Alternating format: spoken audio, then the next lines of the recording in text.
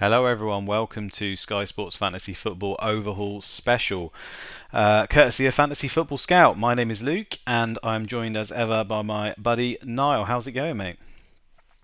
It's going good. Look, good to be back. It's been a while. It feels like ages, to be It honest. The does. season, yeah, it's like a real pause in the season. I think much needed for those of us who have been struggling. I won't speak for you, but I'm speaking for myself. But no, hopefully refreshed, some time away, ready to attack the post-overall period. I can get rid of that team that I've had for too long that's been costing me points. So yeah, I'm quite happy to be root and branch surgerying my team and quite looking forward to the second half of the season. How are you Yeah, doing? exactly that. It's been a strange one because normally during the overhaul, I find myself coming up with all sorts of combinations, planning it all out, structuring it, Excel spreadsheets, you name it. But first of all, the nature of the season has kind of put me off doing that in general, although there's been some more positives recently about this whole, hopefully we're not going to get as many games postponed as a result of COVID by their new rules, at least it seems. But also just waiting for fixtures, right? I didn't want to sit down and put a lot of effort into it when we were expecting some fixture announcements. Now, I believe there's actually been a rumour today, I don't think it's confirmed yet, that Liverpool Leeds might be going ahead on the 23rd of February. Not from any official sources, so we'll have to wait and see. But I think some of the fixture planner guys had it, that's what they would have guessed anyway, so it's looking fairly likely.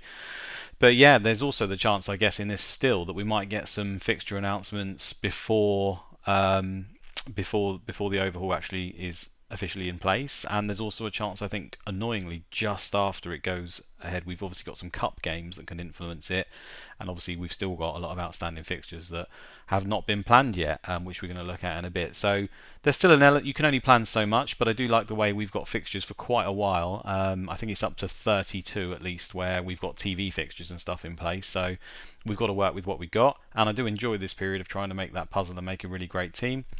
I do think that a lot of the other pods as well that I've listened to and looked at, and some of the chat groups, and there is a very much a template. That's always going to be the case, I think, in Sky, especially when you've got static prices. We're all working with the same information here. We've all got the same information on the fixtures. We generally know who the good players are at this point.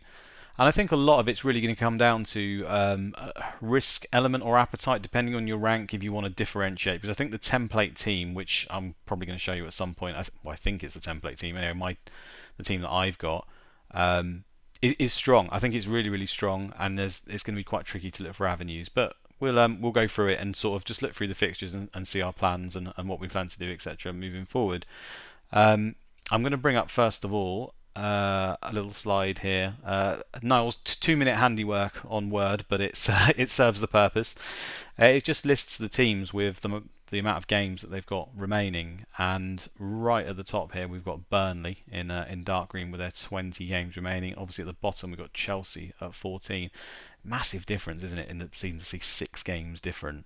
Um, so I think that's just important to bear in mind. Obviously, that doesn't tell us when those fixtures occur or anything like that, but I think it gives you a general oversight that you want to have in your mind. When you're picking your team from the outset, do I want to try and have some players with a few extra games in mind? And I think you do, but I think obviously you also have to bear in mind the strength of the team as well. So, is there anything there that stands out for you, Niall, in terms of the top end that you probably want to look at, or even at the bottom end? Yeah, well, obviously, I think the fact that Burnley have got additional games and two games off the bat straight after the overhaul with a standalone captain sticks out. I mean, I don't think many of us before the fixtures were released would have been thinking that we were going to be starting the overhaul with a Burnley player in our team. Mm. And not only that, it would be captaining him. But that's Sky for you, right? So, yeah, so I think Burnley obviously standing out. I don't think you should be skipping those games.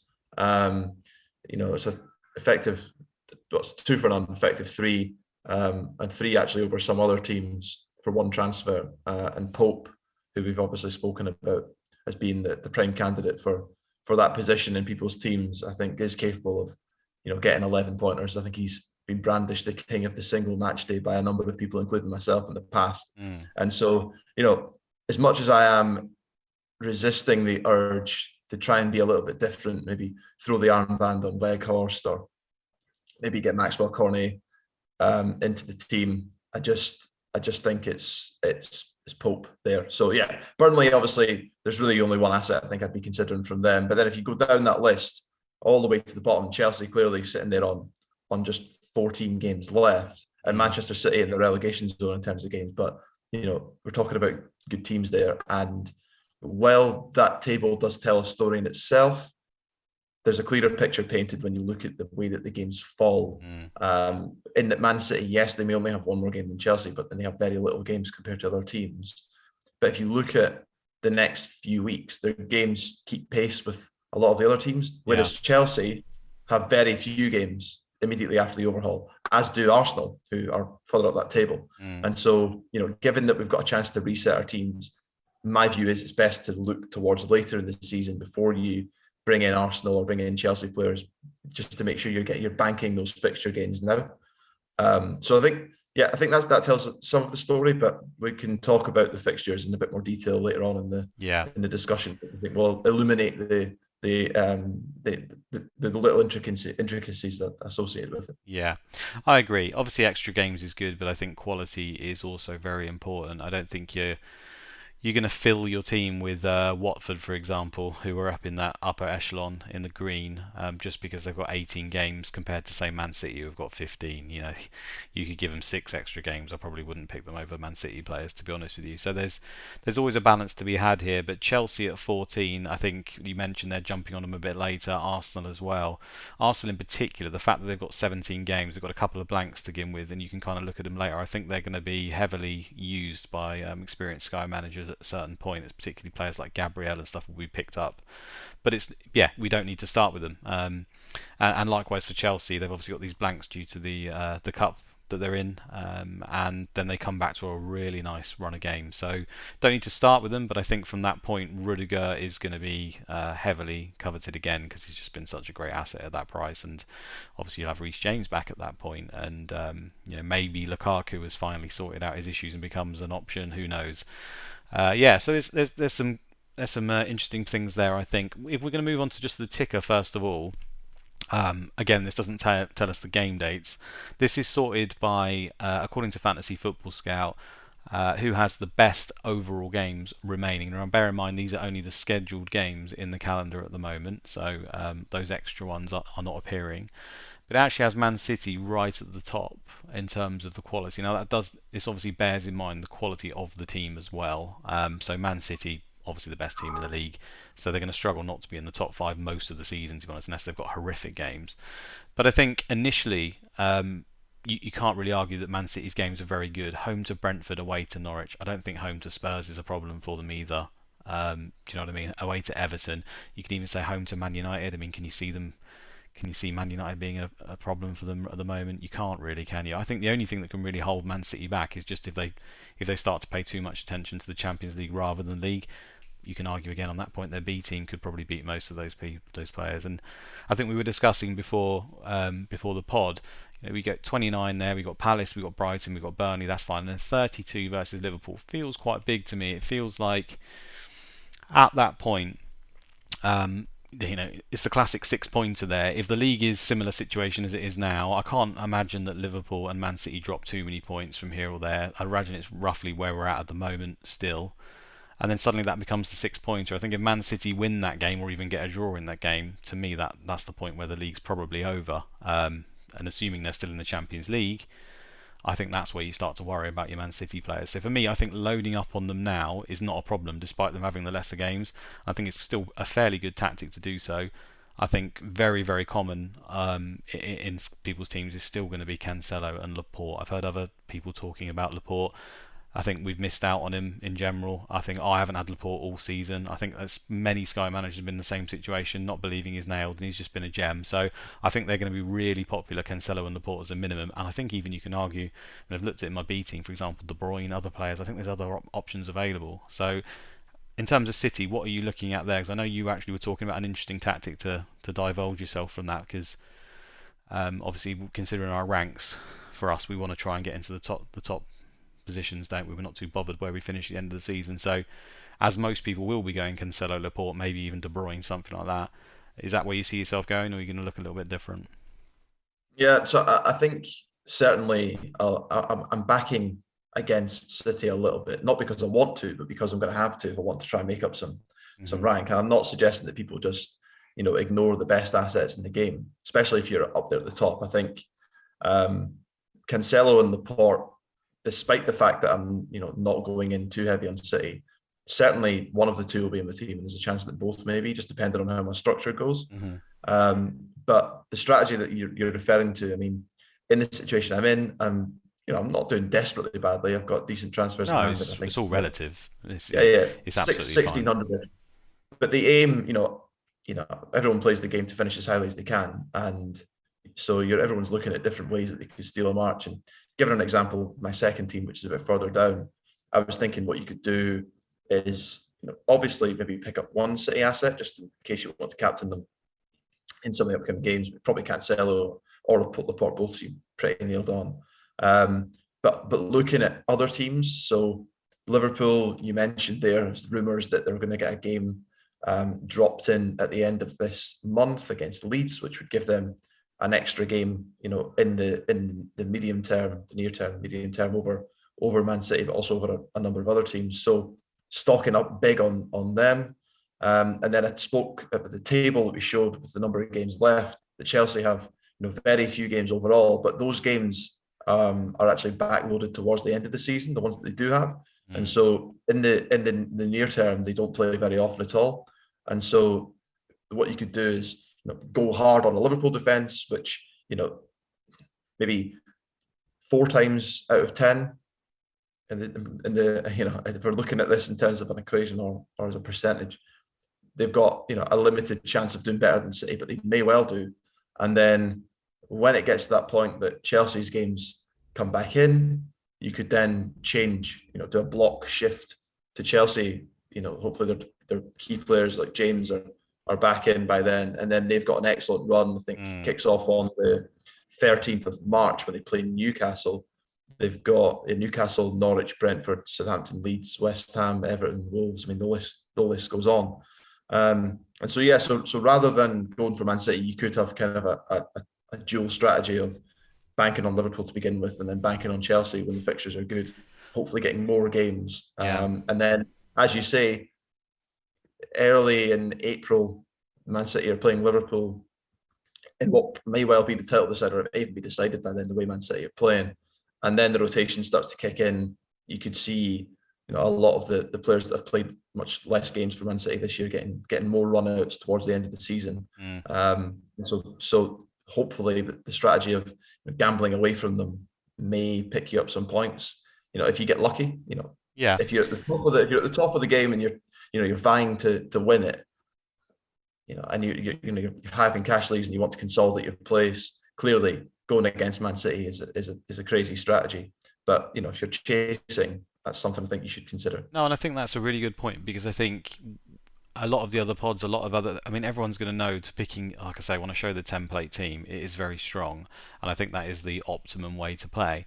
But if you're trying to gain rank, which a lot of people watching this will be, you're not going to do that by picking the optimum team. Yeah, you might edge away and chip away a little bit, but you're going to have to get your captains right every week. You might have to take the odd captain gamble. Maybe you can make some headway. You're not going to not make headway. You will if your team's good. That's the bottom line. But the all-in strategy and the block defenses and stuff is the way you can really make gains in this game if it falls your way. And like you say there, if you were to go Liverpool, I like that for the extra game that they'd have against, I think it's Leeds that they end up playing. So Leicester, Burnley, Norwich, Leeds.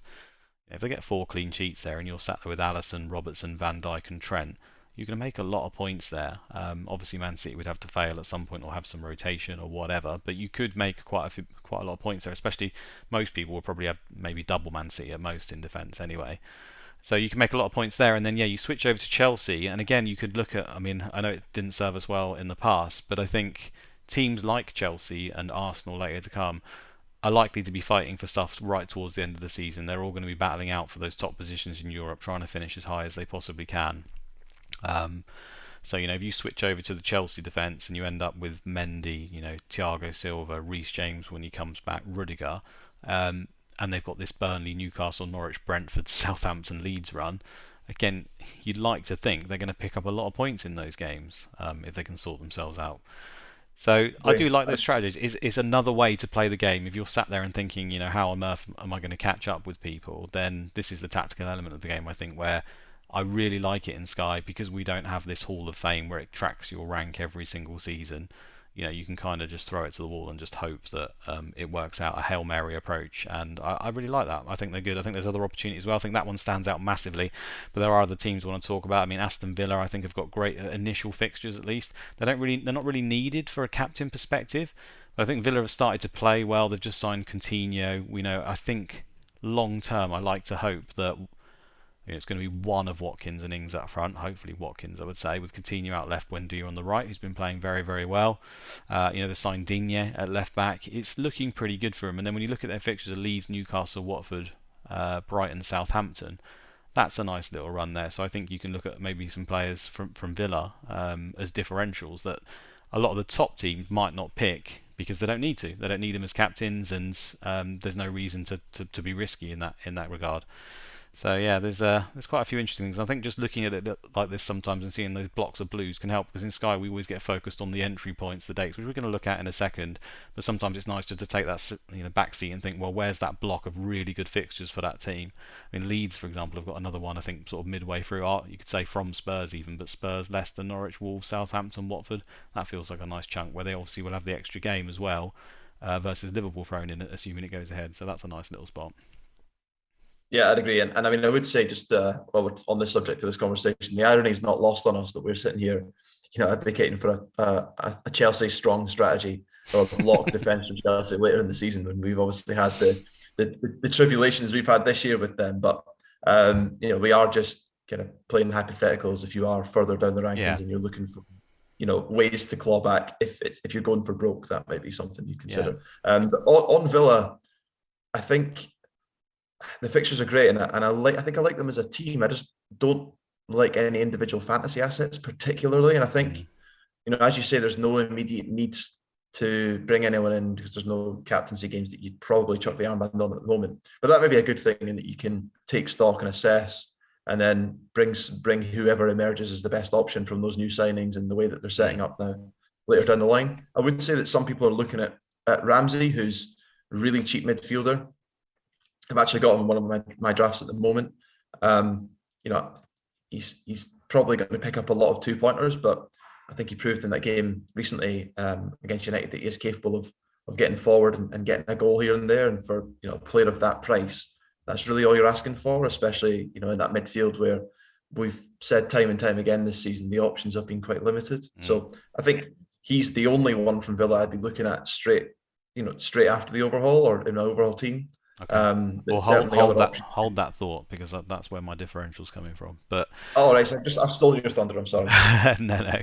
no. I completely understand that case and I do agree with it. I think with Jacob Ramsey at 5.8 million, you only need him to play at that price really, assuming it's what it enables in the rest of your team. Maybe it allows you to have, for example, Salah, Kane, Ronaldo up front, and a decent defence as a result. I think and you mentioned there having your differentials or your cheap players in midfield is generally the way to go about it. And yeah, I think he'll be in quite a few teams. I think him, Norgard are still two of the better enablers. Norgard's just a little bit more. I think he's point 0.4 more. Brentford's fixtures don't really appeal. They don't really have. In fact, let me just check. I don't think they had extra games that I really noted anyway. Where are they? No, they're right at the bottom on 15. But obviously, his thing is that he can pick up the tackles and passing and just tick along nicely at that price. Which Ramsey, yeah, like you said, there's probably going to be a few more 2-pointers there. But those are two standout cheap picks that I think still a lot of the top players will probably look at. Okay, should we move on to what we're going to do is basically just go through the fixtures to begin with. Like I say, we've got them up until game week 32 in terms of the TV, not including the rescheduled ones yet to happen. And just sort of look at what our plans are for the captain, how the fixtures are now shaping our teams. I think like you're probably not set on your team. I'm not set. Obviously, we could have new announcements as well. But I've got a general idea, maybe a pool of about 20 players I'm looking at, and yeah, the fixtures will largely shape this. So I'll bring up game week 26 and 27. We obviously start right off the bat with Burnley and Watford. I'm with you on this one. I've got Pope in my team. I think he's going to be popular. Obviously, sat there with 20 extra games. I don't really like any other Burnley asset, if I'm honest with you. I'm not even sure I like Pope that much, but he has actually been doing pretty damn well recently. He's going to get the save points. He's got really tough fixtures after that, but I think the volume does count for something here. Um, and, I also think, like, against Watford, they've been poor. I understand that. They've got a new manager. Maybe they get a bounce, but it is Hodgson. And you think to yourself, if Pope starts off with a 9-pointer here, or an 11-pointer, which a lot of people will have captained, straight away you're down a chunk of points there off of everyone after overall. You're talking like 20 points or whatever, maybe more. Um, Yeah. and I think he just makes sense to do it. I do think that you can move off of him later. I think there's opportunities. The other keeper I probably like is David De Gea. I think there's a case for Martinez-ish because Villa's fixtures are good and he's one of their better players. But for me, the conversation in my own mind has basically been: do I go David De Gea on Pope? And the end, or Pope, sorry. And the only thing I've really come down to is this game and the captain. I think the extra games I've just decided there's not enough in it for me to risk not going with Pope, so I've ended up doing that. I do know that you had another player in mind as a potential option as well, but yeah, what's your Yeah, thoughts? so just on Pope, I think. I mean, devil's advocate. They're probably not. You wouldn't expect them to keep a clean sheet against Man United, although you're a Man United fan, so you can you can advise more given the heartache that you've been through. But before Weghorst joined, I think I wouldn't say I was set, but I was considering going with Cornet, Hmm. um, just because obviously with the departure of Wood, I thought he's probably more nailed to start, and he's got 6 goals and 8 starts in the league, which for Burnley is pretty unreal. Hmm. But with Weghorst joining, maybe that makes his place a little bit less certain. And clearly, Weghorst will be the No, you know I think they'll both play. I can't see. He's basically just directly replaced Wood, and Wood was playing when Cornet was playing, wasn't he? So yeah, but Cornet's starts haven't been as high as you would have thought. I mean, he's been injured and obviously he's been away at AFCON, but I think it's yeah, that. I think it's that. I think it's injuries in Afcon more than anything else. Yeah. I think when he's fit, good he thing. plays. Yeah, the good thing is obviously about this game is you do see the lineup. So if you wanted to, take a punt, and you could do, you could just decide, look, I don't want a Burnley asset long term. Yeah, they've got extra games, but Mm, they come so quickly after the overhaul that you could just go for a short term pick, bring in Weghorst, have him for the Watford game, keep him for the weekend. mm. It's effectively 3 games with the captaincy, and then you could turf him out for someone Yeah. quite quickly. So I think people will think about that strategy as well, which I wouldn't talk you down from that. I No. don't see many people going for Watford, just given how bad they've been. Um, No. but I mean, Dennis is still an they've option, arguably isn't he? got. He's Yeah, that's still it. cheap enough to be an option, and he's done well all season. We shouldn't let the last two or 3 weeks just cloud our judgment. He is still a good pick at that price for me. Yeah, and who they've got arguably a slightly better game than Burnley do at the weekend as well against West Ham. So I'm probably not going to touch Watford myself, but some may want to go there. I think Pope will be the highest owned player by a distance on that night, Yeah. and it's just one of those ones. If he does his usual magic, that's 20, 22 Yeah. points. King of the Um, single match day, as they and say. Uh, yeah, and if you don't go there, you're immediately lagging behind straight from the overhaul, which yeah. is not where you want to be. I think one avenue, though, if you are looking at a cheap striker and then to move on, is Southampton in 29, is it? I'm just going to bring it up on the screen now briefly. They're at home to Norwich, first game of the season, Friday the 25th. If you don't fancy a Southampton play, you don't want to use a spot on maybe Ward Prowse, who's the obvious pick. Broher at 6.6 million, super cheap. I think he just gets better and better with every game. I think the issue before was he wasn't really sure if he's nailed, but I wouldn't say he is nailed now, but I just think he's clearly their best striker and he should be playing every game. And Southampton's fixtures are good enough, either side of it, as well if you just wanted to start with one. But I think you could look at going either Workhorse makes more sense, King or Dennis makes more sense because he actually plays more games. I think if you wanted to move on to a Southampton before the Friday, when I looked anyway, I think it makes more sense. You would actually get an extra game. Where are we? Yeah, Burnley play on the 13th of February. No, maybe I've got that wrong. Maybe you can bring Workhorse in instead. But one of those two cheap strikers you could start with to cover that game instead. And if you don't want to hold the Watford or the Burnley player long term, then you could move on to Broha, for example, and cover that game as well. I think that's a fairly viable strategy. The thing is, I don't know about you, but I know Workhorse has got a decent reputation. in the Euros. Obviously, looks perfectly suited for Burnley. Um, I think in Sky, when you're a brand new player and he plays in that game, he's obviously got a very good chance of getting man of the match just because all the buzz will be around him. You know, if he does anything at all in that Burnley game, in particular if he scores, then he's getting man of the match, isn't he? I do like that.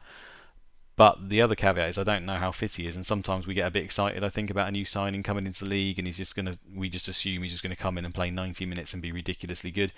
I mean, for all we know, he's not really right at the level, and he comes off in the 59th minute, and they're just going to slowly try and integrate him because he's not quite at the level for the Premier League yet.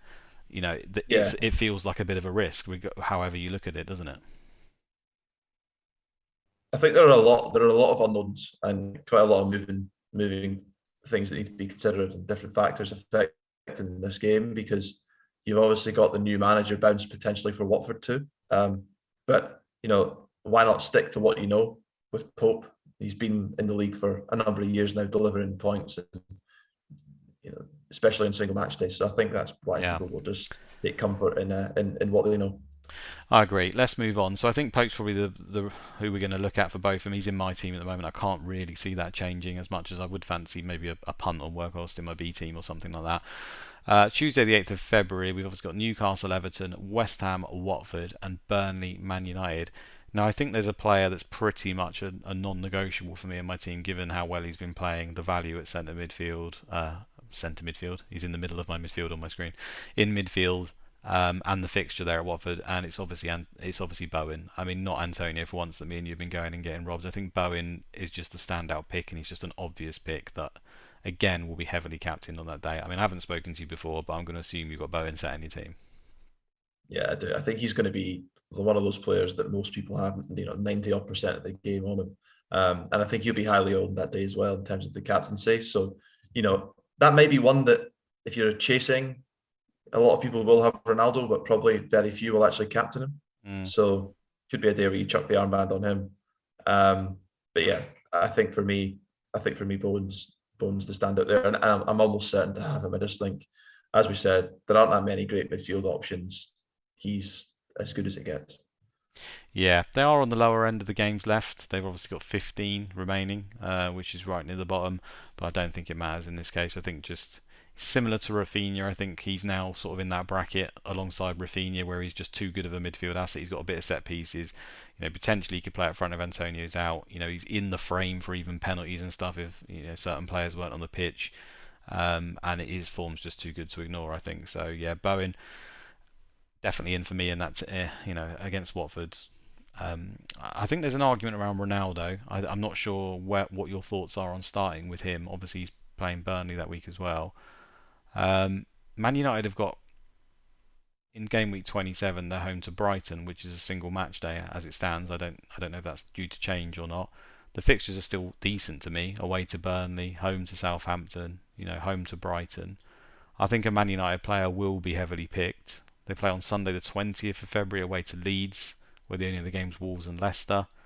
Um, I think I'm finding it hard not to start with a Man United player. And then when you look at Man United players, for me, there's only really David De Gea, Bruno Fernandes, and Ronaldo that you'd even consider. Now, if I've already pinned myself to the mast of having Pope, that leaves Bruno Fernandes and Ronaldo. Have you got any sway there, or are you even looking to ignore? Because I think you can ignore if you want to, but it's tricky. Yeah, I mean, I remember before I sat down and actually thought about this, just once we ticked into the overall period, I was thinking, there's no way I'm going to have Ronaldo. I think I'm going to go for Kane instead, and Mm. captain him where I can as a bit of a differential. But I think once you look at the games, the way that they come, I think probably just because they have a greater volume of fixtures and arguably better fixtures, Mm. probably pushes me back towards Ronaldo. So just as an example, between now and um, the 6th of March, Ronaldo has 6 games to Kane's 4. So I think what I'm going to do is start with Ronaldo, and then on the 7th of March, when Spurs have that single game against Everton, then make the move to Kane just to maximise the games. I think that'll be quite a common move. Yeah. And I think there'll be quite a lot of people like me who don't particularly want Ronaldo on the team, but I think just with the additional games straight out the bat, and I think the fact that they've got decent enough games too, Burnley, Southampton, Brighton, Leeds, Watford. I know they've got Man City after that, but that's a good run. So yeah, I think I'm just going to have to take my medicine and go with Ronaldo, even though I don't particularly want to. Yeah, for me, again, I've debated this quite a bit, and yeah, I could look at David De Gea instead and said because I don't particularly want Ronaldo, not sure we'll play every game, but I would come back to the problem of what strikers would I actually even want then, and it's been a common theme all season, and it's like, why am I trying to be too clever here? I do see the case for Bruno Fernandes, but let's not forget he has been pretty dreadful most of the season. It's worked in the last couple of weeks, and Ronaldo's had a couple of niggles and injuries, which have obviously helped his cause, I think. Um, but there's nothing to say that that's going to continue and Ronaldo's suddenly going to be second fiddle and Bruno's going to carry on smashing it. I think if you're chasing, it's fine. I think you could go Bruno instead of him. Um, but yeah, it's just what other strikers would I even pick? I'm not sure I would. I think the only other one is Kane, like you say, but I think it makes sense to get the extra games and then switch to Kane. I mean, it doesn't have to be Kane. I think Son's due back as well. I think Son has been better than Kane most of the season. There's no reason why you can't look at that instead. But I think for me, I've probably got that penciled in as well. Either Bruno or Ronaldo to Son or Kane on the 7th of March. Makes sense. It's also my birthday, and Kane's good to me in the past, so we'll see if he can repay me The with other that. route, and I think you mentioned this before, the other route is you have, I think most of us are going to have Salah. Some people suggesting they won't bring him in until later if they think that he's not going to start the Leicester game. To be honest, Mm. I suspect he'll want to be back and playing that. He's going to want to be the Golden Boot winner if he can play. I think he will. Mm. But I would say you could have Salah in your team, and then you could do the Weghorst switch to Broha instead of having Ronaldo and just have two up front.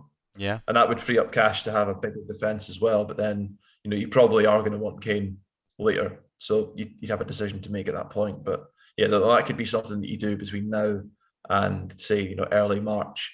That covers off the single match day that Southampton have got against Norwich too. So that's another alternative option that you could look at. Yeah, yeah, indeed. You could just punt that he's not ready and fit. Will be guided obviously by press conference and stuff. Hopefully beforehand there might be some information where he says he's going to give Salah a week off. Who knows? I think Pep Guardiola said he was going to give someone a week off, or Mahrez a week off after the Afcon, didn't he? So you never know. Something like that could happen and it could reshape it. The thing is, he's away to Burnley on the 13th of February, so you'd probably want him for that straight away. So, would you even want to book a transfer in that case? Because we're all going to want Salah, aren't we? And it's like you're getting maybe one game or two games out of another player, effectively, if you stick the armband on them. Um, that would be another conversation, but we haven't got that information at the moment, so we just got to work with that. We think he probably plays. I think even if he's on the bench in that game, he's likely to come on for 20 minutes, and he'll still be heavily captained by people as a result who haven't gone for any of the other options. So Yeah. yeah, for me, I'll probably be starting with him unless anything changes. On to Wednesday, the 9th of February. We've got Man City at home to Brentford. It's almost not worth speaking about many of the other games. I think for me, Cancelo's pretty much nailed in everyone's team. Yes, if you want to be different, go Laporte. Maybe you want to avoid Man City. I can see the argument, but I think Cancelo will be heavily captained on that day, and he's going to get passing or tackles. Him and Salah have been the two standout players this whole season, so I don't see any reason to start being different there. We also obviously get to see the lineups as well, so Cancelo's in the starting lineup. I think he's a no-brainer, to be honest. Yeah, I mean, yeah, I don't see many other options that night. Again, if you had gone with Kane early, could you make the case that home to Southampton that night possibly? Um, but as I'm not going to have Kane in my team, I Mm. think it probably will just be Well, Cancelo. Southampton are a decent side when they want to be as well, isn't it? You could say that game will be quite tight. Southampton could even win. So I don't think you'd automatically even go Kane in that situation. Just to be different, like I say, it would be basically to be different. I think De Bruyne is an interesting one. I think a lot of the top managers won't pick De Bruyne, but because his scores have been very, very good of late, and he has been playing pretty much since he come back from injury a few weeks ago. He's basically replaced Gundogan in the team, and he's been playing every week. Now, will that change around the Champions League potentially? Because he's getting on a bit, right? I think maybe we might see that. But also, he's playing up front as a false nine every now and then as well. In the past, De Bruyne has been absolute sky gold. I'm not sure he's quite there, even though he's been playing very well of late due to the passes and tackles. He's no longer playing that role. But I do think as an explosive differential that not many people will have, he is at least interesting. You could use him.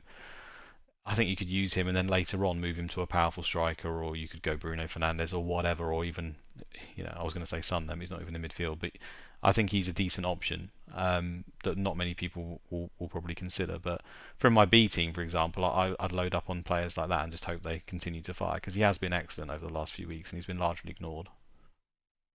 Yeah, I think that's a good shout. I mean, days like that where Man City are just by far and away the most obvious captaincy choice, rather than going with the going with the crowd and going with Cancelo or one of the defenders, taking a roll of the dice on the Bron. You know he's going to start, and clearly you're going to get the lineups there, so that's positive too. I mean, I toyed with the idea and I played around with a draft when I had a minute, but it just the amount of sacrifices I was required to make to the rest of my team to be able to accommodate him, given he's 11.5, it just wasn't worth it.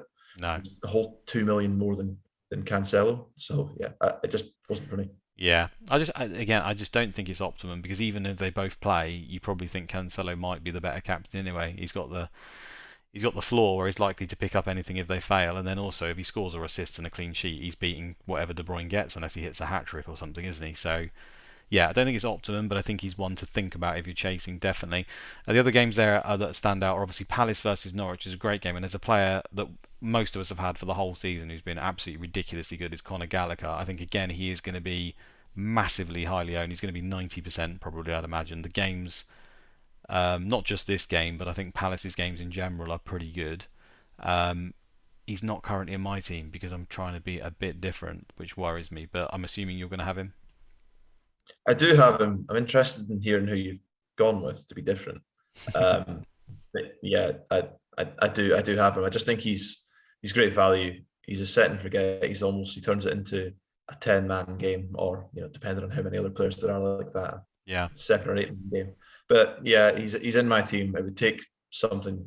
It would take unless I was really scraping the barrel for budget, or I was no, he's unlikely to leave my team, I think. Yeah, I can't argue with it. I don't doubt they will continue to do very good. I think for me, similar to you, I am chasing, but the way I'm looking to do it is like, right, well, who's everyone going to have, and where can I take a slight? I'm not going to punt on not having Cancelo. I'm not going to punt on not having Salah. Do you know what I mean? I'm not crazy. So I thought, well, who's the player that everyone's going to have that I can punt against? And I think Pope's one that you could look at maybe to go different with the keeper, like we've discussed. And I think the other one that stands out for me is just being picked for everyone is Gallagher. I expect him to do absolutely fine. I've gone for Buendia instead, and I think you started the season with him. 7.9 million, I think he is. I think we all thought that was too cheap. He was going to be a really good option. It didn't work out. He ended up getting dropped from the team. I know he's a player who can pick up 2 points all over the place. Generally, I don't like these kind of players because he could easily play very, very well in the game, come out with 2 points. I just think he's been playing so well of late, and I think he has started. He does pick up tackles every now and then, and sometimes cards. Having more shots, the set pieces have been dangerous, and I like Villa's little run for 5 games. Um, I think Gallagher's a better option. I'm not crazy. I just think Buendia could outscore him over these 5 weeks. And I've got the money left over. Now maybe you could say, well, don't spend it, keep it in the bank in case anything else happens. Fine, but I'm sat at 1.5k. I mean, who cares? I think I'm going to run. I'm going to spin it. I'm going to see what happens. Um, the other worry, of course, is although he's playing very well, Martinez is an option in that team. You've got Digne in that team. You can still like Coutinho, if he does anything at all, is probably going to steal the limelight. You've got the young English Ramsey. You've got Watkins up front. He's not just like the talisman of that team in terms of the points, at least. So I'm going to have to get lucky. But I like the games. I think he's a decent little pick. And if it doesn't work out, then I just move to Gallagher later on, and I've lost 20 points. It's not going to affect me, is it? It's not going to affect me massively. I said that before. I think that was the one time I didn't captain Gallagher. Decided to go for Antonio instead. They drew 0-0 with Burnley. Gallagher got a brace and 20 odd points. But no, I think like you know the risks. I had Buendia at the start of the season, and we all agreed that he was. I think he was in a lot of people's teams pre first overhaul. It just hasn't happened for him, but yeah, I do agree they look better. He looks better. Just jury's still out a little bit for me, but if you're going to make a punt, it's probably somewhat of a low risk punt, given that it's not like you're leaving out Cancelo or Salah. No. Going for a player who's not going to be captain. It's in midfield, and Gallagher, as good as he is, he could just get a series of 2 pointers. I think Gallagher's been fantastic. Don't get me wrong, but I do think he's overperformed somewhat, especially if you look at his stats and stuff. I wouldn't have expected him to score quite as many goals. Now against Norwich and stuff, I'm going to be terrified, and I wouldn't advise anyone else to do this. I think he's a, the fact that out of the top 1K, there's probably going to be 90% owned tells its own story. But like I say, I've got to pick an avenue somewhere, so I've gone for that for now. Maybe that will change. Maybe some other transfers will come in, some fixtures will happen where I have to put him back in the team. But for now, I've just gone for Buendia over him, and I like that. I think that Villa are. I just keep backing Villa over these last few weeks, and they've not really produced. And they've been unlucky because they've had games postponed and stuff. And I just feel like their team's starting to take a little bit of shape. And now is probably the time when, if they're going to do well all season, it's probably over these next 5 weeks. So that's what I've gone for. Thursday, Liverpool versus Leicester, Wolves versus Arsenal. I think Salah's going to be in everyone's team. I think Salah's going to be everyone's captain at that point, assuming there's been no setbacks. The other options, of course, are to have other players from Liverpool at the very beginning. And I do think there's still quite a number of options. Jota is still an option for me. I know they've signed this Diaz guy. I can't really see that affecting him too much to begin with, or even at all. And you've obviously got the defence where all of them are options. But I think a lot of people will have Trent Alexander-Arnold from now on, or a Van Dijk. I've got Trent set in my team, and I think even if you weren't going for your all-in Liverpool strat, which you might go, I think Trent still looks pretty good as the template pick, right? I think most people will look to pick him. Yeah, I think so. I think there's a case to be made for all of the big Liverpool defenders, though. I think Van Dijk has been ticking over. He's a goal threat. Robertson's chipping in with a lot of assists right now. So, yeah, if you wanted even to go for two Liverpool defenders and leave Trent out, you could do Van Dijk and Robertson. I don't think that would make you lose a lot of sleep. So, yeah, I think there's a lot of options there. And if for whatever reason Salah doesn't come back in and start immediately, you could just captain one of those three on that game, and I don't think it'd be too much of a stress. Yeah, I like the idea of having a backup one for Salah just in case, because we don't know, and I think Liverpool's games are good enough to do it. Trent Alexander-Arnold or Van Dijk, I think one of those guys in at least is probably a pretty good idea from now on, and that's the way I'll look to go. Probably Trent and Salah, but I do like the all-in approach as well. If we move on to game week 27, we've got Man United at home to Southampton, Watford Brighton, Everton Leeds, Brentford Palace, and Norwich versus Man City. I think I'm right in saying that the Man City actually have a Champions League game a few days after this Norwich game. I could be wrong, but I thought I looked at that previously. So the fact that we don't get to see the lineups, and I think that's the case. I don't know if you've got any time to check it up on your phone there while we're talking about it now, but I think that therefore is a bit of a red flag. As much as I'd love to captain Cancelo and all these other players, we have seen the few rotation bits that Pep has done this season have generally been usually after internationals or something, and then 3 days before they play in the Champions League. And even when it's been the lesser Champions League teams, he's done a bit of rotation. So let's face it, Man City's B team could smash Norwich, couldn't they? So I think it is slightly risky there. They do have the Champions League immediately after that. It's away against Sporting. Yeah. Yeah, they could feasibly rotate there. Obviously, they've got Tottenham immediately after that, and then it's a week again until the next game. So I think it's just one midweek game that's in and around that time, because they've got the FA Cup obviously this weekend. So hopefully they'll rest a few players there. So there's a chance obviously of a rotation risk, but I'd be pretty confident Cancelo's going to play, just given. I mean, he's started so many games this year. He's become Walker's banned in the Champions League as well, isn't he? Which I think people are latching onto to say, as a result, the team in the league is going to be affected by that. Because so you imagine in the Champions League, as he's banned, it's going to be Zinchenko and Cancelo that are going to play at left back and right back in the Champions League. So Walker is looking like he's probably going to play the league games. Now Pep doesn't always work like that. I think people are getting a little bit excited. For example, he might want to play the team that he wants to play in the Champions League in the league game before to give them rhythm, if you know what I mean, and leave Walker out. We've seen him leave Walker out a few times this season. I know there's been other factors there. He had COVID. I think one of his friends even passed away and stuff like that. But I don't think that's just a default. I just want to put that out there. Just because that's happening, it doesn't mean Pep's going to play by our logic. He's going to do whatever he wants at the end of the day. But that does bring Walker into the fold for me. I think he's a good option anyway, and Man City's defence is good. I know you were saying about going away from Man City defence and looking at Liverpool, but I do think having Walker is quite a decent idea as well, because it's hard to see them not picking up. I mean, Brentford and Norwich in the first 2 weeks. It looks like 2 clean sheets straight away, doesn't it? Yeah, it doesn't. And I mean, Walker hadn't been churning out the passing numbers, and obviously it doesn't get anywhere near the attacking returns that Cancelo gets. But he's a little bit cheaper. I just don't. You would have for me, you would have Cancelo and Laporte ahead of Walker anyway. So unless you were tripling up on Man City, he wouldn't come into my mind. I've seen a few teams doing it. And I think he's an option because around his price as well, he's about the same price as the likes. I think he's 9 something, isn't he? So he's about the same price as the likes of Rudiger. So you can kind of sit with him, I think, and then because he's banned in the Champions League, assume he's going to play the games and then take your points and run when the rotation might start later. Because I think when the Champions League previously, we've seen Walker rested around the Champions League, probably the older of the fullbacks, and he's obviously very important in the big games, I think, as well, given his pace and recovery pace against the likes of PSG and whoever else. You're going to want Walker at right back, aren't you? So I can see the logic in it, and then you can move on to a Chelsea defender, or basically Rudiger or Reece James a little bit later, and I think that's a nice avenue for people to look at.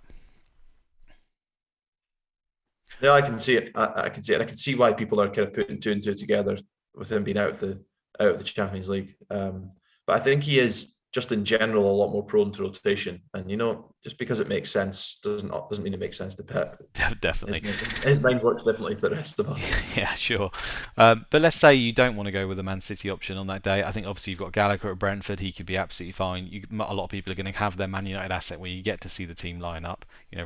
Southampton's a tricky game. I think they're a game that would be hard work for Man United the way they play. But Ronaldo would probably be heavily captained in that game. And then you've got Everton Leeds, where I think Rafinha, given this extra game that might fall in, and the fact that he's just such a good Sky pick, has found his way into my team. And yeah, I think he's probably close to a lock in my team. Have you got Rafinha? I don't. No, I think I'm going to hold off for the meantime. There's talk that he picked up a knock, possibly. I don't know if that's. I did see that. Yeah, knock in Brazil. Yeah, I think he'll be all right. It doesn't seem. I'm just reading about it on social media. It doesn't seem like it's too bad. But I think even if he's fine, I think I'm going to hold off on him just now. And I might do a shimmy Bowen to Rafinha at some point later down the line. You talked about them not having that many fixtures relatively West Ham, so I might find a point where you can hop off West Ham and hop on to Rafinha. And if we're going to have that extra game at the end of the month, there might be an opportunity there that coincides with West Ham's fixtures. To jump onto him, you mean? Yeah. No, I can see that, and I think as well with his price, I think he's 8.3 million. So I think if you've got Gabriel is around that price as well, who I'm not planning to start with, but I think I will have. And I think he's an obvious player that you could move on. I think Leeds games are good enough, and especially that middle bracket that I brought up here again from 29 when they play Norwich, Wolves, Southampton, Watford. But I think at some point, having players around that price, I've got Buendia, like I say, Buendia. If I've got a little bit of money in the bank, going to Gabriel later on looks like a bit of an obvious move for me. So I don't think he causes much of a problem. And anyway, just leaving him in full across the season doesn't look a terrible idea at all, does it? I think he's going to be heavily owned, and he's a captain on that day for me. Even though they're playing Everton away from home, we don't really know what the new version of Everton's going to look like. But yeah, I think once Leeds have started to look a little bit better as they've started to get their players back, and the hope for me is at least that they start to turn out the results, because Rafinha's pretty much been carrying them for most of the season. Moving on to Sunday the 13th of February, we've got Spurs at home to Wolves. We've got Newcastle versus Villa. I was hoping where my Buendia punt can go crazy. We've got Burnley versus Liverpool, and we've got Leicester versus West Ham. It's going to be Salah for most people. Is there any players from any of the teams you think you have to cover here, or an interesting entry point or anything like that? It's probably too soon for that, right? Yeah, it feels like too soon. But I think Salah would be the standout option. I think most people would be all over him that day. I mean, I'm guessing you're thinking the same. Yeah, it's just going to be Salah. I can't see any reason to hold off and then bring someone on this week for me. So, and there's no teams I particularly need to cover that I haven't already mentioned. So there's not too much to mention there. Tuesday the 15th of February. Oh, sorry, we can say anything. I was going to say, just going back to the point you made about Rafinha and Bowen. So, presuming that Leeds are going to get that extra game, as we've mentioned, around the end of the month. 23rd of Feb is the rumour, yeah. Yeah, so with Liverpool, that there's a chance that if on the 19th of February, so it's a bit later than the fixtures we're just talking about, the 19th of February, West Ham play Newcastle. If you were then to bring in Rafinha on the Sunday for the Man United game, there's at least 5-3, possibly 6-3 for Leeds over West Ham in that period. And one of those games for West Ham is against Liverpool away.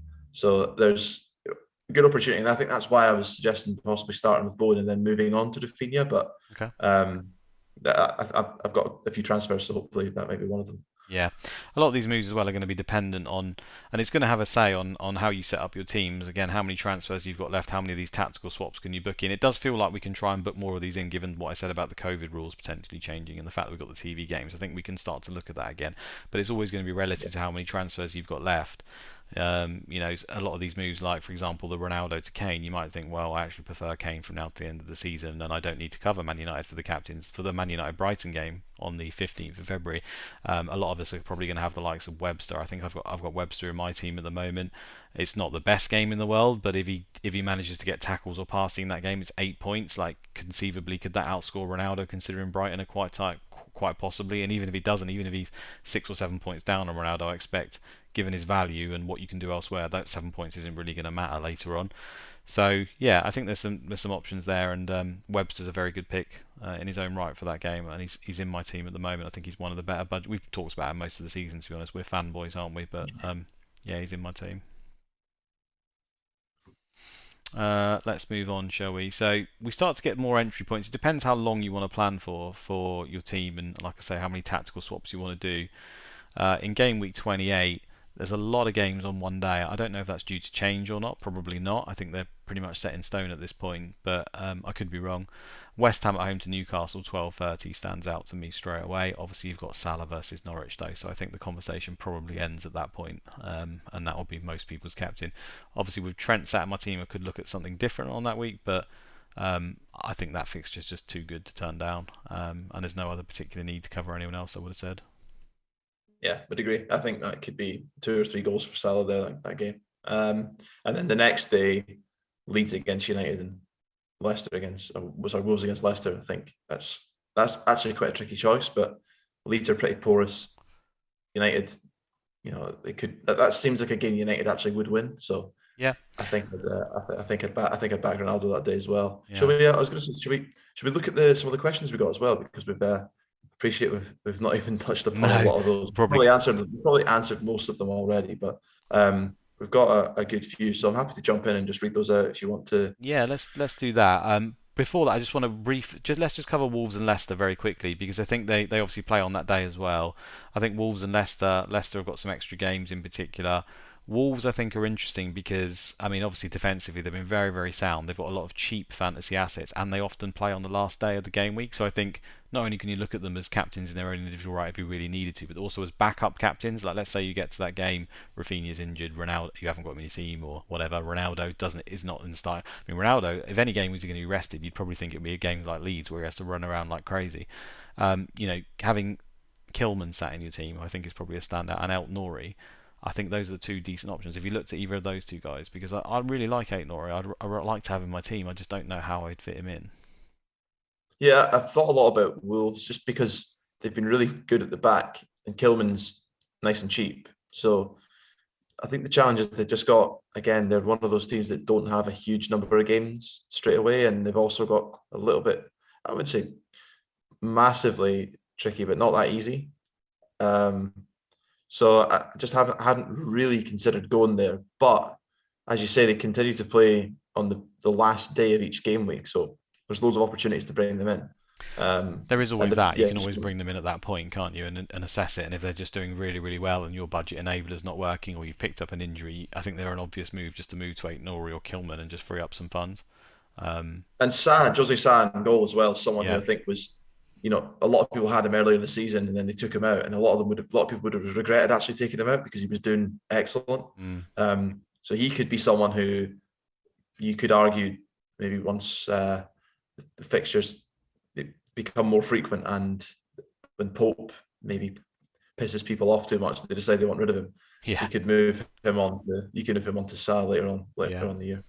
Last player before we move on to questions actually is just Southampton, because I think I've flicked through the other game weeks, and to be honest, a lot of the other ones, we will have covered those players by that point already, and you start to plan too far ahead where we've already talked about the Kane in on the 7th of March. I don't really have any other particular ones that are obvious entry points to me. But the Southampton one does pose a question with Friday the 25th of February. Like I mentioned, they have got good games before that, a nice little run, and they have got reasonable fantasy assets, I think, in certain areas. I haven't got any Southampton player in my team at the moment.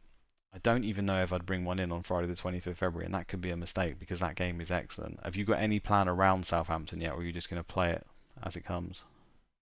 Yeah, I think I'm just going to play as it comes. I mean, if you look at how many games there are between now and the 25th of February, there's quite a lot. So a lot can change. Mm. And I'd be very surprised if my team survives between now and then without at least one injury. So, or someone getting dropped or suspended or whatever. And so I think I'm going to leave Southampton for now and take stock on that Friday. I think I'm doing the So, same because I see a lot of people yeah. planning for that and already having a Southampton player in the team. And whilst I like Broja a lot and I do like Ward-Prowse in general, I'm not sure I'd want to start with Ward-Prowse as he feels a little bit too expensive for me in that midfield spot for Tottenham away, Man United away, home to Everton, home to Norwich is fine, and the run after that's quite good. I get it. But he still doesn't really excite me too much. I just think because those tiers and stuff have dropped a little bit, you are relying on those wonder free kicks, and they're great when they go in, but it's not as frequent as you would like, I would have thought, for that price. So I may even just skip that game week, which is scary. I mean, I'm on the lower end of transfers, so for me, it probably makes sense to skip it. I think if you've got quite a lot, you probably want to cover that with a Broja or a Ward-Prowse, given they've got good games either side. But for me, I think I might actually take the skip. We'll see how I feel when I get to it, basically. And I don't think you need to plan for it necessarily right now, which feels strange because when you've got the games and we've got obviously the overhaul, I think a lot of players will be looking at that game and trying to shoehorn a Southampton player in, but I don't really think it's necessary personally. No, I don't either. And I think you, obviously Broja and Ward-Prowse look the standout options, and both have done reasonably well. But the fixtures they've got, meantime, they've got Spurs away, Man United away, and in the first two games, it's not horrific, but certainly not good games. So I think there's gains to be made elsewhere in the meantime, and then take stock when you get to that Friday night. That's my plan. But I appreciate people who may not have as many transfers and really want to cover it off will probably start with someone, and that's an equally viable strategy. Yeah, I don't think it's terrible. I just think that there's other options I would like ahead of them at this point, and then I'll worry about it sort of when I get there. I think that's my general plan. Yeah, do you want to go through any of the questions you've got there? We've probably covered a lot of this off, and I apologise. Sometimes we like to start with the questions, but I think given the overhaul and our plan, it was just a good way to start this way, and we'll sort of filter through some of the questions and see what we can find. I'm going to try and bring them up on the screen here as you look through as well, Niall. So if you want to look through any of Yeah, them. I'll just kick off and you can put them up on the screen. So I'm just going to start off with Julian Wardle, who's a regular listener and always asks questions. We appreciate it, Julian. Thank you. So Julian's asking how many Man City players he thinks that rotation could potentially be brutal once the Champions League's back. And I think linked to that question, how many of our players in our overall teams will be mainly down to extra fixtures and single match days from the outset. So I think we've answered the second question about we are focusing on the players that have the extra fixtures to begin with. We're not fretting too much, I don't think, given we've just talked about the Southampton game there about the single game days. But interested to hear what you think about Manchester City about rotation once the Champions League's back. My view is the team seems to be more settled this year than it's been. And the players that you're most likely to pick, the Laportes, the Cancelos of this, with Diaz's of this world, obviously extra games and Champions League games does increase the risk of rotation, but I do think the risk is relatively small. That might just be because I'm used to the rotation that I received, and I had Chelsea players earlier in the year compared to Man City. But I don't think it's going to be.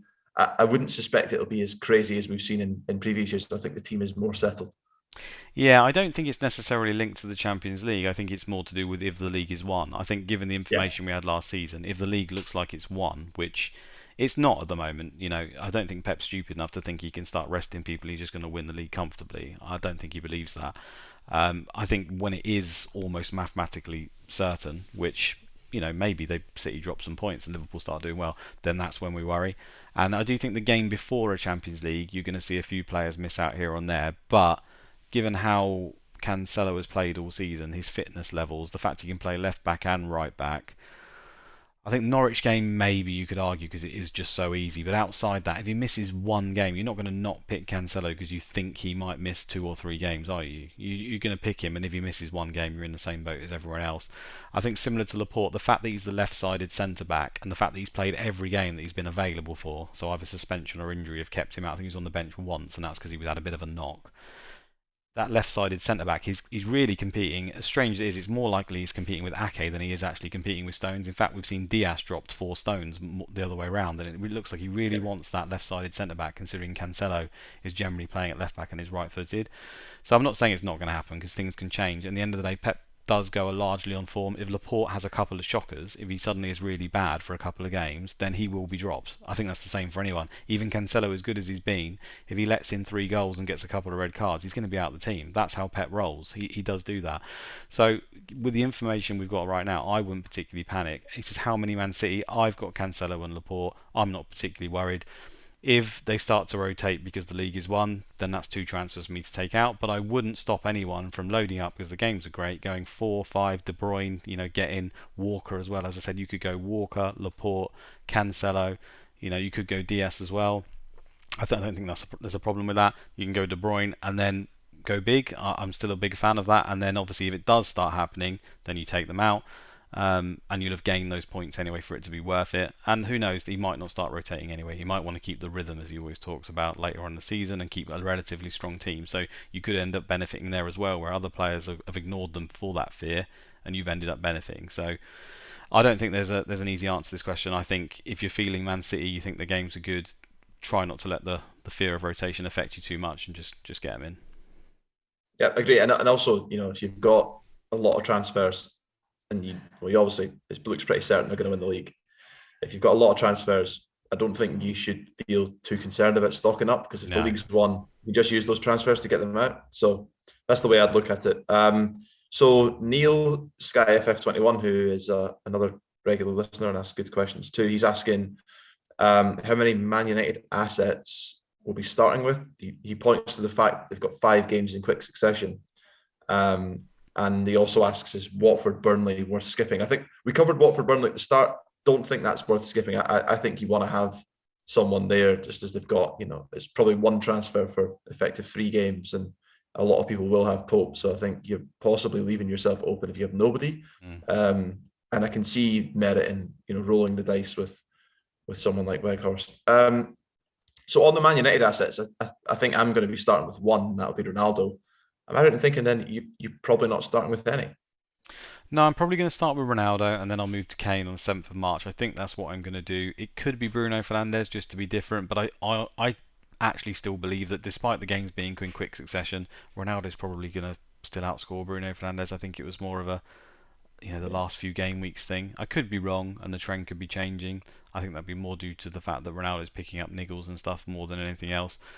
So yeah, for me it'll be Ronaldo. He could miss one of the games. I do think going with David De Gea is fine, and the fact that he's asked about the goalkeeper in the same, or he's up not directly, but he said about Watford, Burnley, and skipping. He obviously is aware that Pope's going to be a valuable choice. So I think he's saying here, would I have David De Gea as well as a second one?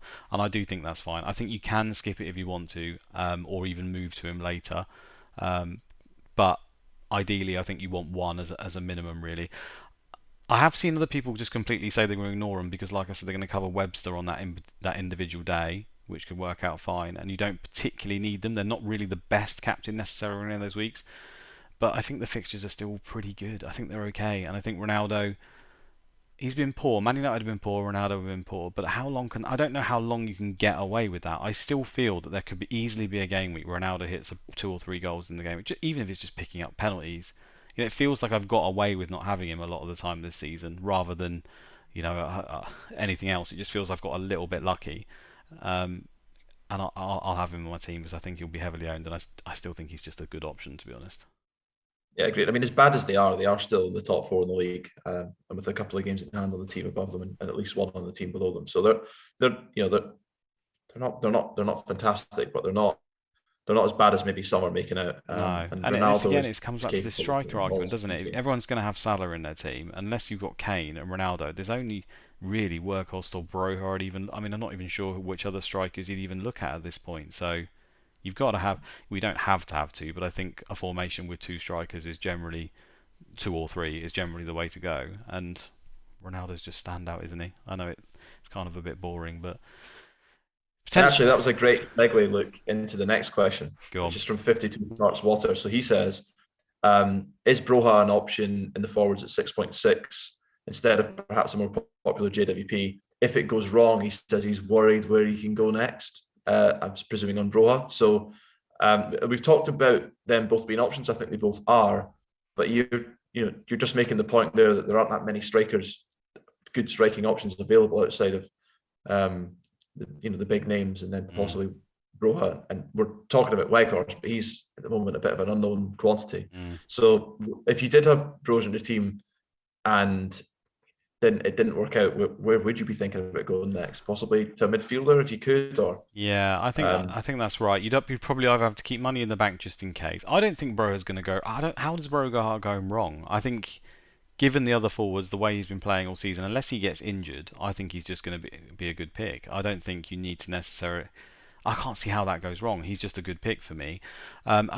Goes wrong in terms of he gets injured and then you don't have any money in the bank. Fair enough, fair. There's not too many places to go. But I think at that point you probably just go to Ramsey at 5.8 and move the money into midfield and change it around. Obviously, up to 7 million is Webster. I don't know what his team is, but there are players viable around that spot. I just don't think they're up front.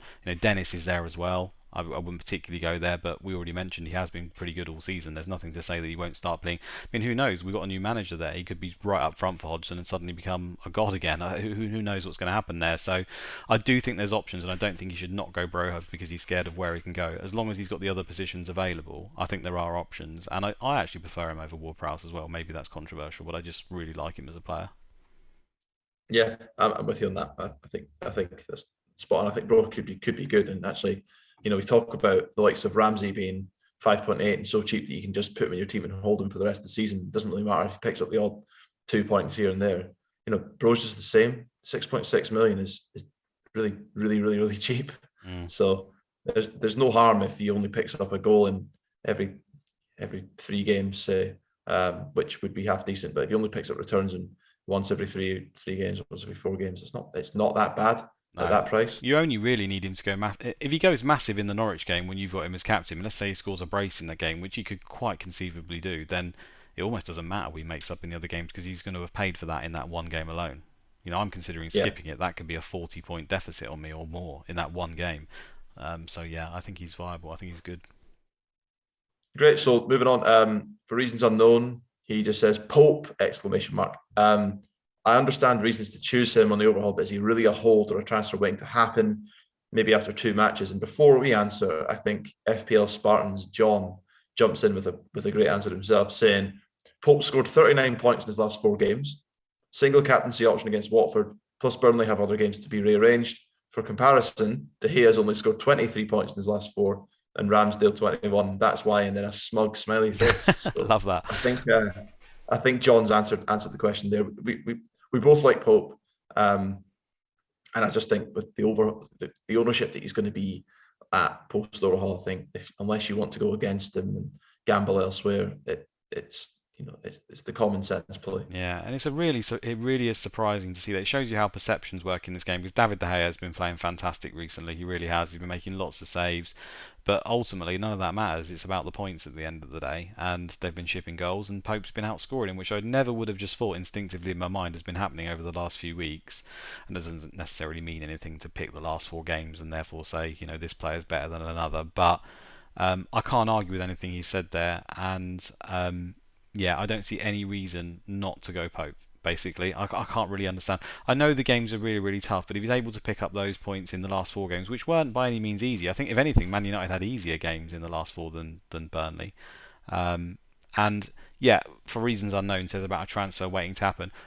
I do agree that you can move him after 2 matches to David De Gea, but I think just leaving Pope from now to the end of the season is perfectly viable given the extra games. And when they could come in, that's the other factor. We could just get. I'm not a fixtures expert by any means, but that Burnley single game could just drop in again. There could be 1 or 2 more. I don't know that just come in on a random Tuesday or Wednesday, and I don't want to have to bring a Burnley player in. I just want to be able to captain Pope on that week and just relax. I don't want to hold any Burnley players long term. So it's kind of an insurance policy as well to have Pope, I think, and just leave him in there Yeah, and I hope agree. that And you happens. could see a situation. where you take Pope out and then another single match day gets dropped in and you're Mm. having to hokey cokey him in and out. That's not what you want to do. So yeah, I think if you pick Pope with the extra games he's got, there's merit in just keeping him in for the rest of the season. So FPL Hambone asks what our plans are for Salah. I think we've covered that. We're gonna start with him. I think both of Yeah. us. And will we go with Ronaldo or Kane? I think leaning towards Ronaldo just because of the fixtures, but Kane at a later date. Yeah. On that the 7th of March. Tom Hartnell asks Diaz or no Diaz. We've barely even talked about Diaz. No. So I think that suggests no Diaz. You? I think it's no. I just think he's too expensive. His real asset was the fact that he was nailed for Man City. That was his real thing, and just it hasn't really worked out like that this season. He's been dropped a few times when you wouldn't have expected it. Now, will that continue? Maybe not. But I just think when you've got Laporte at a cheaper price, when you've got Cancelo at a cheaper price, when you've got Walker at a cheaper price, and they all seem close, if not as nailed as Diaz, there's no real reason to spend the extra money on him, unless you just want to go for a block Man City defence. He's still a decent Yeah. pick for me, but he's just a little bit too expensive compared to other decent picks. Yeah, I think that the price puts me off when you compare with the other defenders you could have. I think if I was to rank in order the Man City defenders I'd want, it'd probably be Cancelo, then Laporte, and then I'd probably even have Walker ahead of Diaz right now, just given what we spoke about before, and the fact he's much cheaper. So, look, I think Diaz is a great option still, but relative to the other Man City defenders, doesn't stand out. No. Okay, so FPL Foxy, he's asking, are we going to start with a Brighton defender and a Spurs attacker? If so, which one? I think, boy, the answers to both of those, I think for both of us would be, if we're going to start with a Brighton defender, it would be Webster, because he's just got multiple different avenues to points. And if we're going to have a Spurs attacker, it would be Kane, but we're not going to be starting with Kane, either of us. But are you going to be starting with Webster? I'm starting with Webster. I know their start's not great, but I just think I don't want to be messing around with players at that price, really, that I want to transfer in out with my low transfer count. I can understand not starting with him and moving to him. Again, starting with a Burnley player or something like that, a Workhorse or whatever, and then keeping the money in the bank and moving him. I think that's fine. If you've got loads of transfers, it could work out. You're getting extra games, you're getting captains. But let's not forget, it is Burnley. They could just be really bad in those games. I'm not sure if it's worth it. So for me, I'm just going to stick Webster in and leave him there. I do think it's quite strange that the fact that, as of late, I know Dunk's been injured and he's due back, but he formed a decent back four partnership, or at least a two, with Dan Burn. They looked pretty good and they were working well together. I don't have any doubts that we broke up as soon as Dunk was back, but the fact they've just sold him to Newcastle when it was working so well just seems a bit strange to me. I guess money talks. But that to me also signals that Dunk he must be back or very, very close to being back and ready to play. And he's also an option, isn't he? I know he's a lot more expensive than Webster, but I think he is a good pick. Is there any case at all that you can give to going Dunk as a bit of a differential over Webster? Nah, I think Webster's just better value, right? And at the moment, he's starting every game and he's fit. So I like Dunk. I think he's a great player when he is fit, but I just don't fancy him right now. I The agree. one caution I would say about not starting with Webster, if you do have intentions of getting him in, they're pretty much first game day of the week, all the way through for as far as the eye can see. So it may be that you take a Southampton player out if you wanted to after that single game day, and you could bring in a Brighton player then. But I think it's not that easy looking at the fixtures to find an obvious time to bring them No. in. Albeit It's because they rumours that start with a Brighton blank, are isn't going it? to. Yeah, exactly. But rumours they may get an extra game somewhere. So we can take stock in future podcasts with that question. All right, moving on then. So final question comes in from Matt. Matt Sky FF says, would we bring in JWP for the Norwich game rather than owning him straight from the overhaul? You can tell I didn't read this question before I read it out, because we have answered that question. My view is that I'd leave bringing in a Southampton player just now, because so much can change in the meantime. Inevitably, I'm going to get an injury to my team, I suspect, or someone's going to fall out of form or get dropped, and then I'll just slot someone in. And if not, then I'll just skip it. Yeah, there's not too much more to add. It's just we do feel, I think a lot of the time we fall into this trap of, because we know we've got a single game day coming up, we pick a player like before it, or we pick an entry point and we hold them for a period of time just for that one game. They might not do that great in the games before, and then they might even let you down in that single game. So if you're picking him basically because of that single game, then I would probably not look to do it. I think in this case it's a bit different because Ward-Prowse is a decent option, like long term, and he's been proven to be that before. So if you just really like the fact that Ward-Prowse is a good option, you want to hold him I think that's fine. I think there's no right or wrong answer, but I'm with you. I don't really want him in my team, so I'm not going to start with him, and then I'll make my decision come that game day based on other factors. I'm sure my mind will be made up. Maybe Wendy would have been a terrible pick by then, and I'll bring him in. So I think that's all the questions. But before we round up, look, I just want to ask a couple of questions of you. So, Oh God, wasn't prepared for this. first of all, you're obviously like me, not doing as well as I'm sure you'd hope to have been doing at this stage in the season. But it's not, all hope is not lost. What are your rank ambitions now between where to get to the end of the season? Are you looking to try and still finish in the top couple of hundred? And what do you think's what's your ambition and what do you think's realistic? There we go. Answer that. To be honest, I think this season's just a bit different. I think in past seasons, given where I am, I think I could have still finished top 100. Even though I'm on the lower end of transfers, I think it would have been possible. I think this season it's a bit of an ask. I think there's too many good players up there. I could be wrong. So for me, I'd probably just adjust it to top 500. I'm not going to win any of the mini leagues that I'm in, unfortunately. I don't think there's just too many good players in there.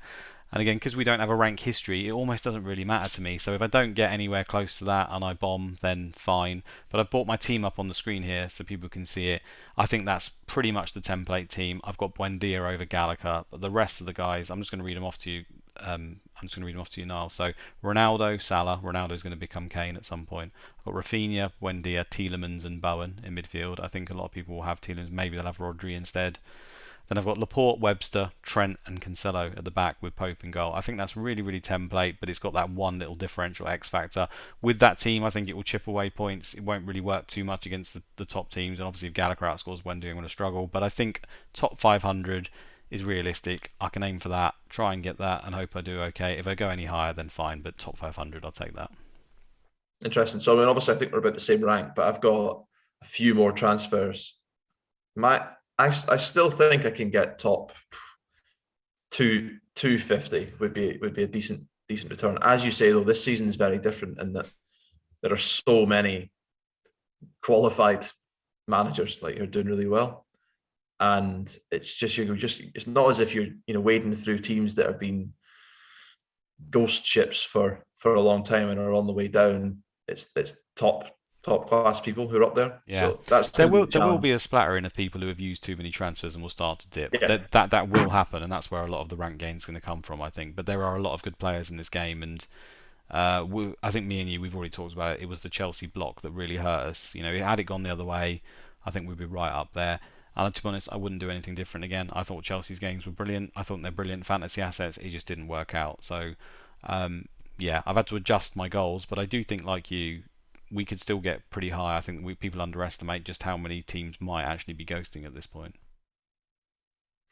Fair point. Yeah, and basically average transfer accounts has been propped up by the fact that there's good managers up there with quite a lot of numbers. Yeah.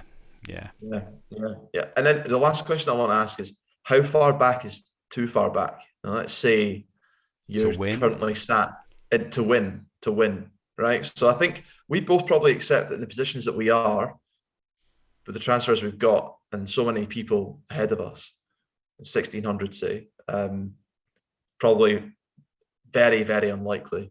But this season, how far down the leaderboard do you think that you'd start to say it's probably not possible for this person to win? It's very tricky to answer, isn't it? I think I want to be optimistic. I want to, given the rank gains that I've made in the past, in the last few weeks, especially in the last few months, and it's been crazy sometimes. And I know you've definitely been in this boat before, where you've been quite relatively low down, then just made an absolute stormer in the back. And if you get it right, especially if you're looking at these blocks like we've talked about.